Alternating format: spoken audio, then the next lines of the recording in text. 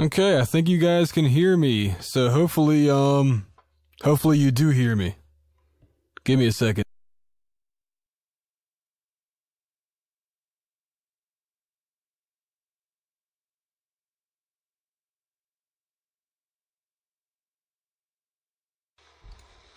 Okay, so a few notes about this mix. I had to downsample it to 44.1 for this broadcast. Originally it was 2496, but the encoder for YouTube is 44.1. My sound interface is also 44.1, and if you start mixing formats, it becomes an issue. If you want to know what's on my voice right here, I have RX, which is noise reducing a lot. Hopefully not messing up the data rate. And then all these other plugins. I got rid of the tape plugins because they were adding too much latency. They do add a little bit of compression, but anyway, I just needed my important de-esser. As you can see, anytime I say S, it does its thing. And I have like, what, 3 of them on? Or 4 of them? Or something like that. 3. But yeah, they make it so my voice isn't harsh. Because I do have a gap in my teeth. And this prevents that issue. I love it. Anyway, some other things. I had to rearrange the notes on the drums. I did mix prep this morning, so I didn't have to do it here. And I'm moving my mic, so hopefully you didn't hear that. You probably did, though. They're not perfect, though. Not by a long stretch. And I realized that the fact that I should have put the hi-hat, I should have matched it to the hi-hat, the snare drum. Anytime it's not syncing with the hi-hat down here, it sounds off. And that's because I didn't add the overhead mics and the cymbal mics in until after I tried to adjust this to the guitar. Anyway, again, it's not perfect, but it's better than nothing. So what I'm going to do live during the next tutorial is have the ARC plugin on. When that happens, the audio and the sound we hear on your end. There's nothing I can do about that. When I normally mix, I have this on. What I'll do is when I'm going to talk and explain what I did, I'll remove this and then play it back so you guys can hear it. So for the most part, I'm not going to be talking because of it just gets in the way of me trying to concentrate and mix. So without further ado, I'm going to enable this. As you guys can hear, the audio change, and I'm going to mute this and unmute myself so I can listen.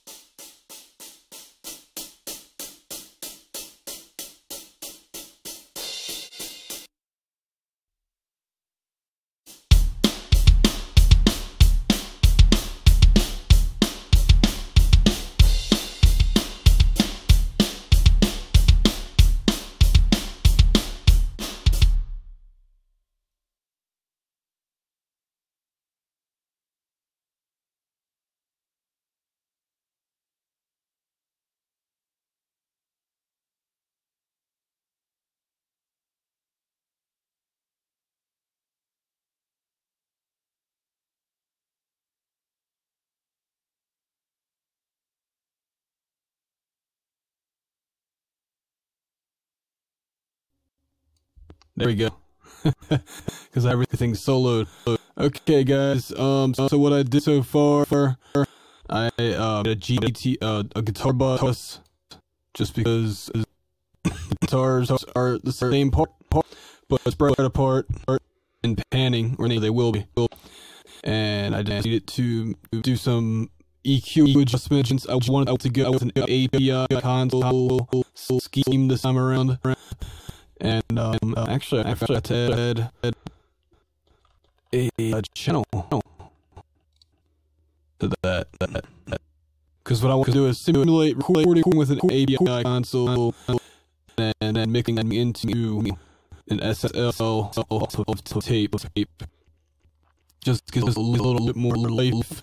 For lack of a better word, VCV help your become separated. I don't know. There's something about that I love, and saturation plugins are something that professionals use all the time because they simulate old hardware to store systems. And then for the drum, I cleared out a little bit of the mud. Now, trigger comes samples that aren't exactly bright, which is a good thing. If you use a sample library that has bright sound instruments, they did it wrong. It's supposed to sound kind of dull. So boost high end and around the 400 range. On the kick drum, maybe even 200 range. We can eventually develop this guitar in here today, but eventually, and 200 is one area I would like to clean up. The other is the snare. I boosted a little bit, but I shelf the chair as well. And again, add just the SSL ECC because the samples for trigger were actually recorded to tape. So adding another layer of tape makes no sense. So it works the way. And for the cymbals, I added a low shelf. Also again an API because this is a real instrumental, not sample.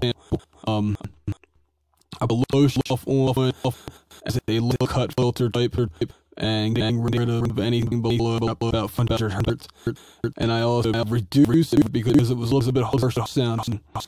Now I'm gonna listen to it without ARC on because it's really how I turned out harsh. And I'll add a tape and then again an SSL. And if necessary, I will be putting FPS as an EQ mod here from the virtual mix rack, like I did with others. So for the overheads, we're pretty much today. Excuse me, I'm getting a cold. But I boosted the high shelf this time around. And when you're using tape, actually do set the VU meter a little bit low. Around the negative 20 or so. So that's what I do with this plugin. Otherwise, it's messing with the cymbals. I don't like the way that sounds. And again, this goes to the Brit 4K, which is an SSL installation. And I'm going to play for you guys without RC, so it's here. And I will actually pan my guitar when I have them, and then pan my overheads.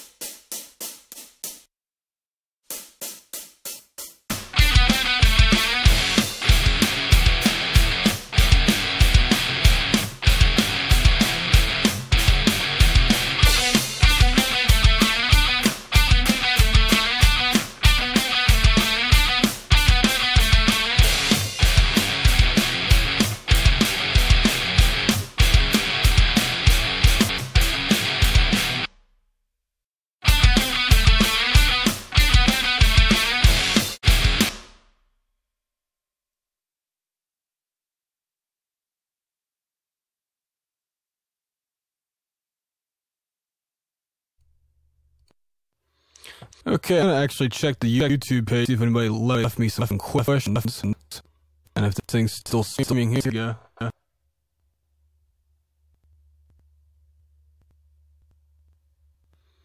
Okay, apparently my voice is cutting out, so what I'm gonna do is kill this denoiser, and hopefully that does it.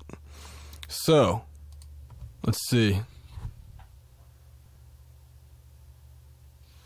Alright, no questions. So what I'm gonna do is actually wrap this mix up. This was more of a video test. I wanted to see how well this streamed, and check the quality out after I do it. It looked good earlier this morning, but because this is YouTube prime time, I wasn't sure how the bitrate would be. So I actually did a speed test before I started streaming, and it was getting at 35 megabits per second as compared to 60 this morning, which should be enough for YouTube, but YouTube is really going nuts right now. You know, it's just prime time. It happens. People are off work, and they're on their computers doing this and that. So anyway, what I want to do is just add a few more things to the master bus and call it a day.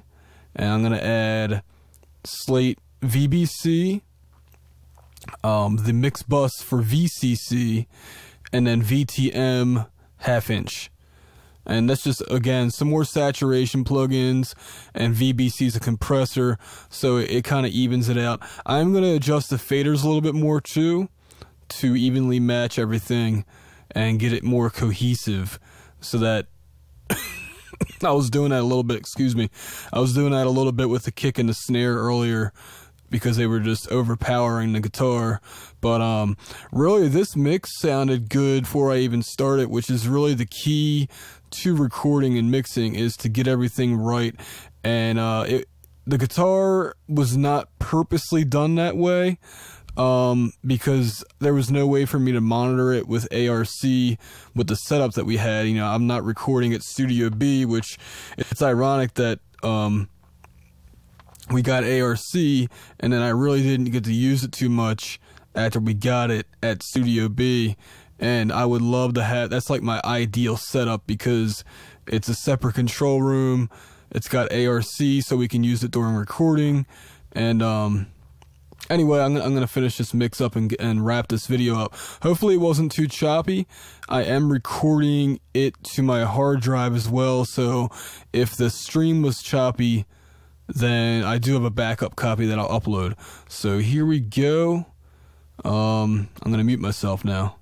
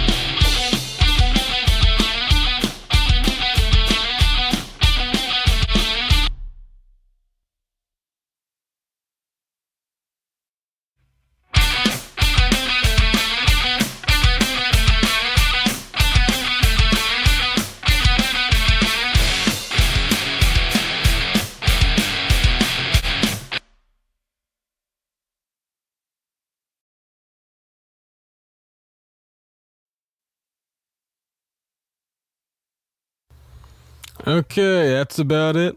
And hopefully that worked. The stream worked, and I might excuse me, after I get the bass guitar, and I'll see if I might want to make the guitars a little bit heavier. But you know, I might have cut it back a little bit too much right here. So maybe get to it too, I don't know. But we'll see once bass guitar's in there. But that's about it. Thanks for watching. If you guys are out there, actually, I'm going to check any more questions.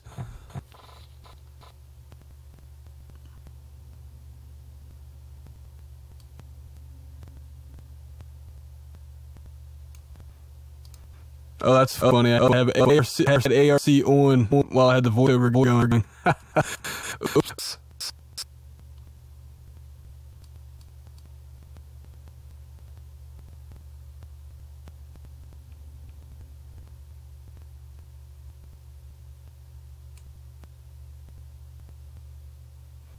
All right, looks you guys didn't really have any questions for me.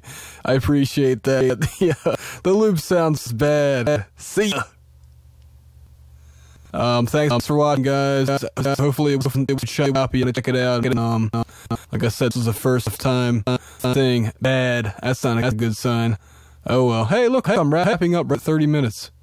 So I'm gonna stop it right at 30. This is Adam for RealHomeRecording.com.